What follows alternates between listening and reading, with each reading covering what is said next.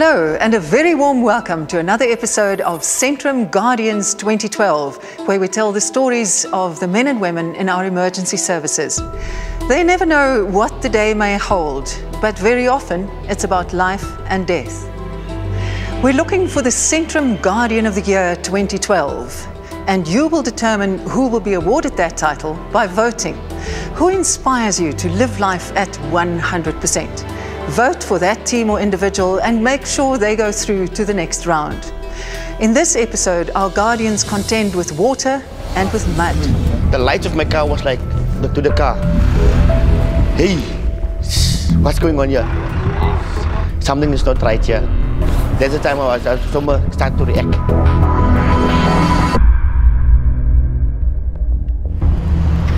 It was nearly dark and very cold on an evening in July last year when a car went off the road here in Missionvale, just outside Port Elizabeth.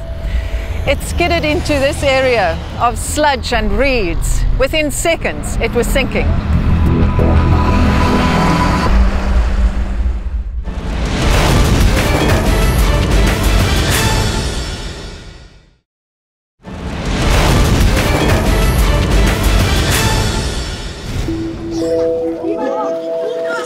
Growing up in a community just outside Port Elizabeth, Abbott Claassen always wanted to be a fireman. Hy het gesê, as almal hom vra, hy gaan 'n fire brigade wees. Was dit een van die mooiste dae van my lewe, die beste dae. En toe hy is ontstap met sy fire klere aan as 'n fireman, was dit die cherry op die koek. Nee, dit was regtig waar die beste ding wat met ons as 'n familie, ek en sy pa kon gebeur het, dat hy dit bereik het om die fireman te word. It's a nice job. It's a calling. I don't think it's a job. You have to be called to do this type of work. Abbott has been with the Nelson Mandela Metro Fire Department for 15 years. That day we were not that busy, but we had a couple of bushfires. So we were running a bit up and down with the bushfires and stuff like that. And we came back about 6 o'clock. Abbott signed off at 7 and left the station. So as I went down, I just saw this big dust cloud. The weather closed in. The familiar roads became wet and treacherous. Abbott's attention was suddenly drawn. Something is not right here. He turned his car and went in for a closer look. The lights of my car was like going to the car. The light was going like that. So the time I was seeing, okay, hey, what's going on here? That's the time I start to react. A car was upended in the swampy field. As I was rushing down now to the scene, I saw he was already in the mud, and the car couldn't roll over to his wheels again because he was in the mud. The water was black, quite black, because of the mud and stuff like that. You see, one guy was laying over each side. Abbott went into the mud. For me, the swamp, the water was like this high, of the mud and stuff like that. I was like crawl to get there. You're running so much, you're pumping, you just want to get there, you just want to do this thing. Abbott reached the car and found an unconscious man. It seemed he had no pulse. As he tried to free him, he noticed a small body immersed in the swamp. The child was lying like this, half of his face was out of the water. My first instinct was get the child out. He battled through the mud to reach the child. I was only holding with the one hand because with the other hand I have to pull myself because it was no mud. As you must be walking, you must pull yourself because you cannot walk like walk. You have to pull yourself with your whole body. The young boy was limp and lifeless. You were so worried that he's not alive because he was like helpless for a couple of seconds. He was like just laying there. You understand? Maybe he's not dead yet. And I start with CPR. Yeah, when this was a child, it's like this child needs to be alive. And my heart was pounding because it's a child. I need to get him alive. This child needs to be alive. It was time to gasp for air. And only then I could realize that, okay. Abed took stock. He knew he needed backup. That time there was still no police, no ambulance, no fire. It's only me, and the people were starting to stop and ask what is happening and stuff like that.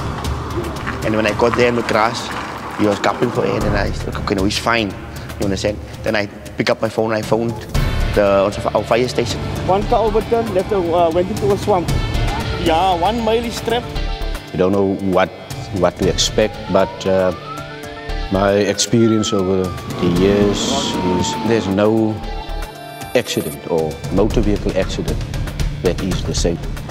Alone in the swamp, Abed waited with the child. There was no one. Normally we are 4 or 5 guys on a vehicle, on a truck that go and save people's lives. We can communicate, we can talk. I need help here, I do this for me. I've got equipment that I can give to someone to help him, you understand? And there I didn't have anything. When we arrived there, I saw the vehicle was lying on its side. One person out, hanging out by the vehicle. The vehicle was in water and mud. I immediately went up to Abed because I saw him. And I asked him, listen, what is the situation here? The child was stabilized and put on oxygen while the crew assessed the scene. It was difficult. It's dark and there was no street lights. The crew hurried down the bank to the older man. It was a swamp, you know, it's awful. You had to walk into it, you know, and pull your foot out because it's the mud sucked your boot in.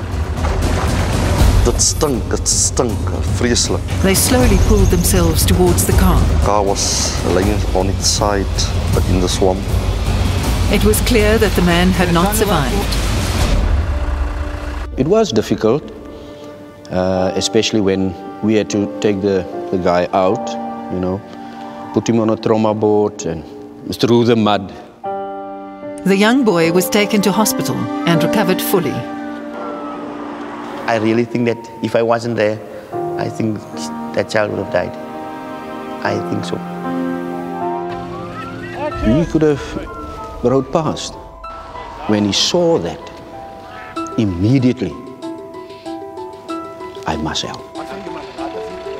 But for me, myself, I couldn't believe it, I did it.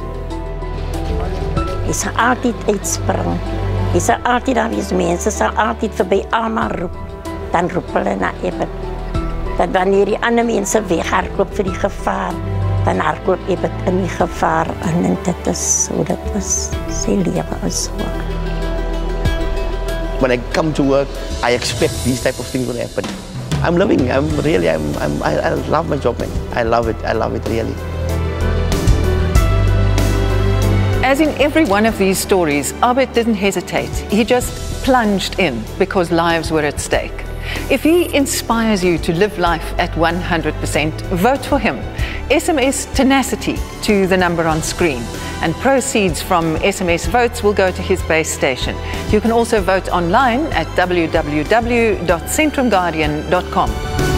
Vote now, make a difference.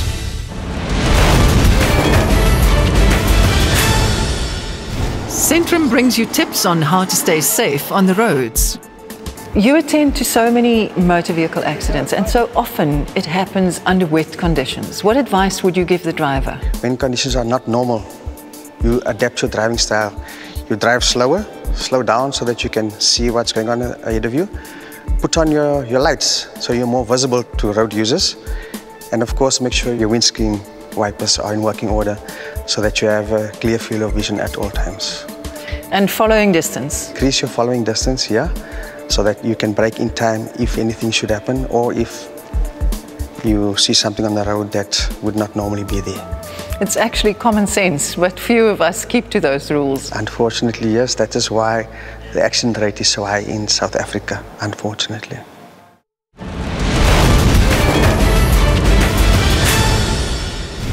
After the break, she was only 15. It was her first day on the beach as a qualified lifesaver when she saw her squad leader being pulled under by a clutch of desperate people.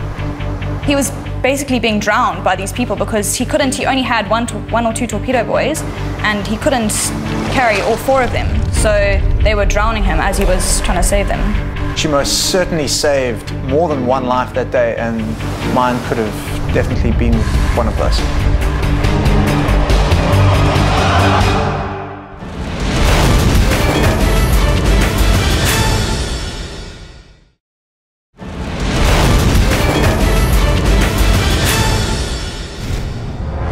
He was basically being drowned by these people because he only had one or two torpedo boys, and he couldn't carry all four of them, so they were drowning him as he was trying to save them.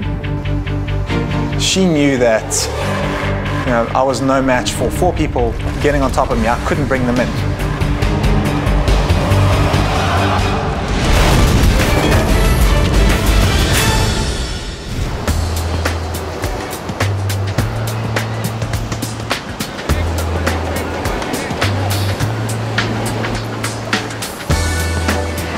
I've always loved the beach, really, and I used to always come down to the beach every Sunday or so, and I used to see all these people training on the beach, and I'd be really interested, like, what are they doing? And also both my sisters did it when they were younger, and yeah, I guess I was just inspired by them. Carrie Glover is 15 years old. She is a student at Our Lady Fatima Dominican Convent in Durban North. Because there were strong updrafts in the cloud. Ice crystal, then that's through sublimation. Carrie is very strong-willed. She is a girl who's very sure of herself. She's a very determined young lady. She works hard at things that she enjoys, and I think it shows in her academic performance. She's quite mature for her age, but full of spunk, full of cheek. You can't ignore Carrie. Carrie joined the Umhlanga Life-Saving Club when she was 14. Every Sunday you have to go down to training, so you have to train obviously to be fit for the duties. You also have to pass rigorous tests before you are assigned to a squad. Before I had done my test, I'd broken my arm, so I wasn't very fit and I was scared I wasn't actually going to pass. And then it was like, Mom, I've got to do this long swim and I've only got 10 minutes or whatever to do it, and she's like, I'll never make it. And we went, well, of course you'll make it. The day that I had my testing, it was a horrible, horrible day, and we had to swim out in terrible conditions, but we all luckily made it and we passed. Afterwards, she was so excited because I think she, for her it was quite a challenge to get this whole thing done and get it right. It was very nice. I was ecstatic. I was so happy. We were just so delighted for her, and I think also that she could now do duties. But I think just seeing people doing something that they love in a wonderful environment sort of got her hooked, yeah. The 18th of December last year was typical of the summer holidays in South Africa. Umhlanga Beach was packed with hundreds of people enjoying the sea and the sand. It was 15-year-old Carrie Glover's very first day as a qualified lifeguard. She was expecting a quiet day to watch and learn. It was your typical December summer day. We set up at the beach at 8 o'clock in the morning. It was sunny, full of people. It was a boiling hot day, and it was during the holidays, so you're obviously going to have all the holiday makers coming down as well. And it was a very, very busy day. The squad faced crowds of holiday makers and tricky sea conditions. The holiday maker comes onto the beach and says, wow, I'm at the beach. But they don't see the undercurrents and the condition of the surf as dangerous. They just see it as the sea.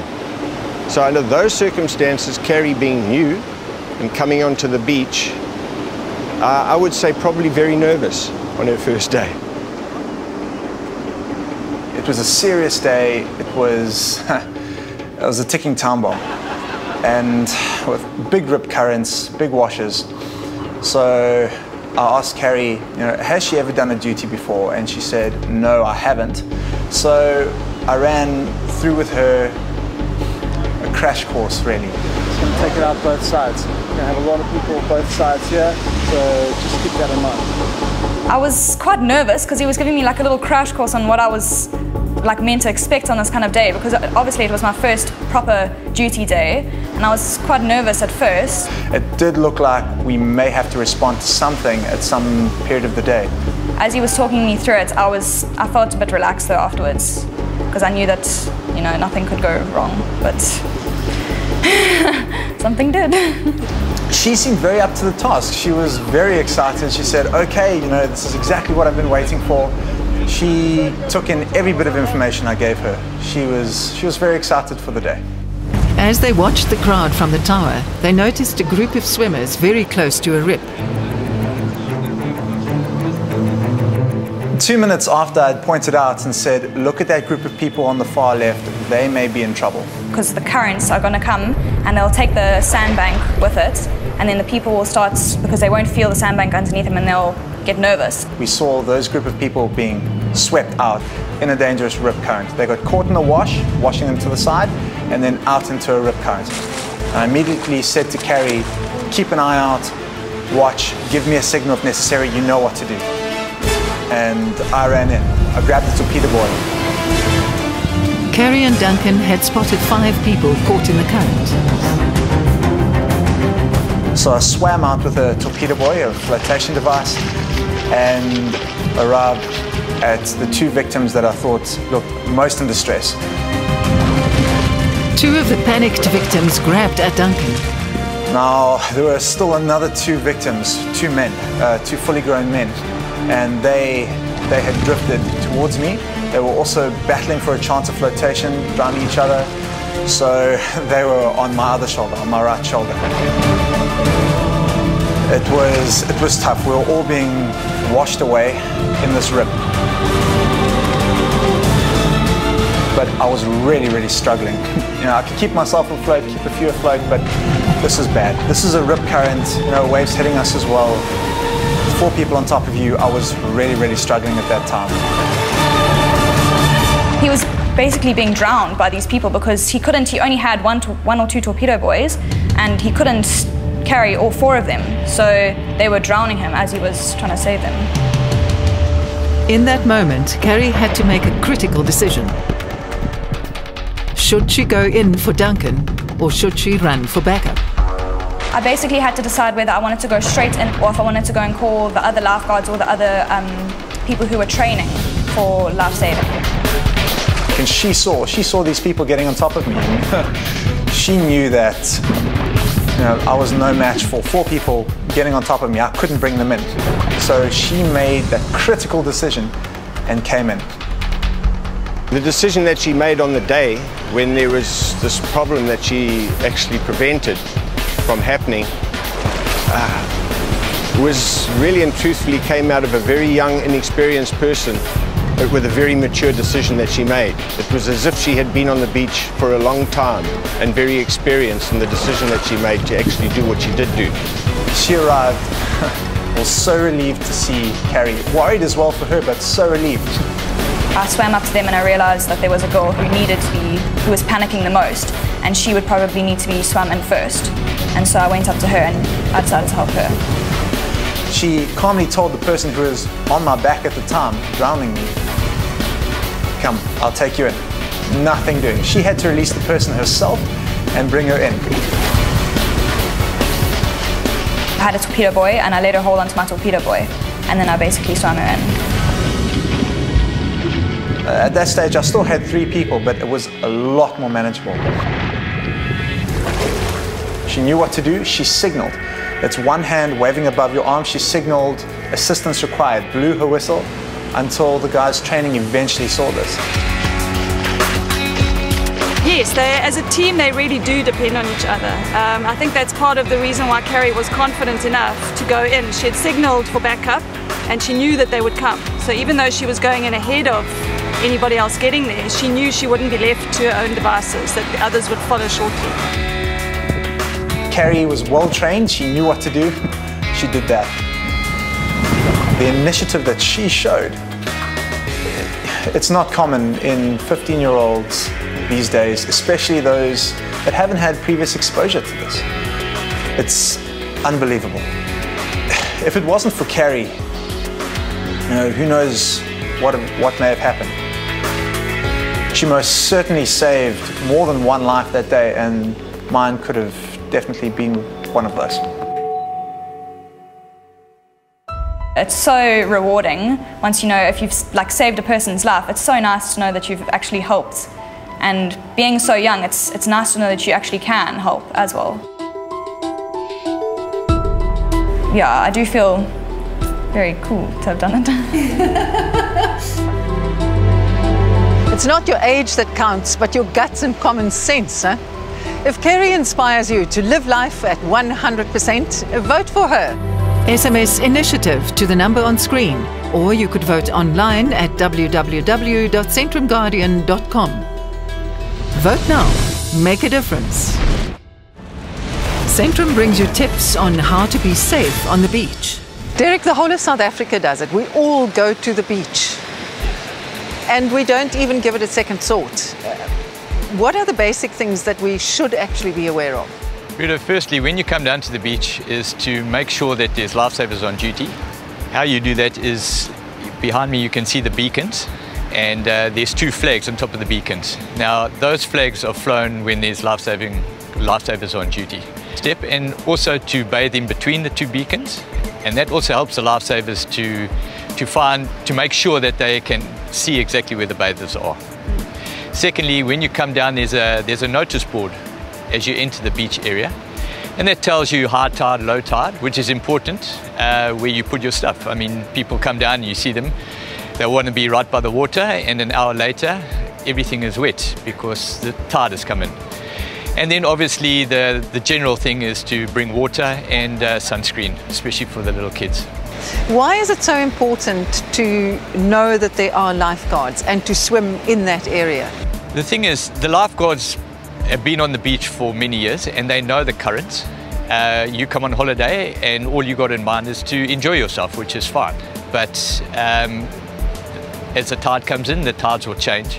The lifeguards know this, and they might even move the bathing area during the day. So it's important always to listen, and when you're swimming is to just keep an eye on the bathing beacons, you know, to make sure that you're always in between. So enjoy yourself, but don't take leave of your common sense. That's right, yes. It's all about common sense, really.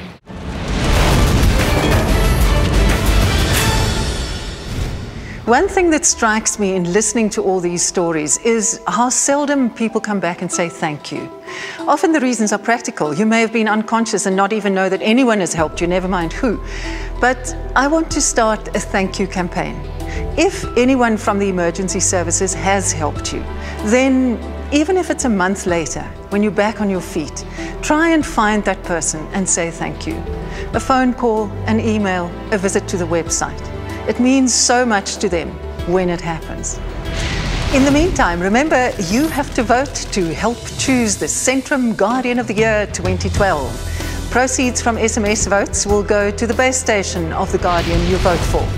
For more information or to vote online, you can go to www.centrumguardian.com. Next week, we meet our last 2 semi-finalists. Once again, the stories are so different and so exciting. Don't miss it. See you then.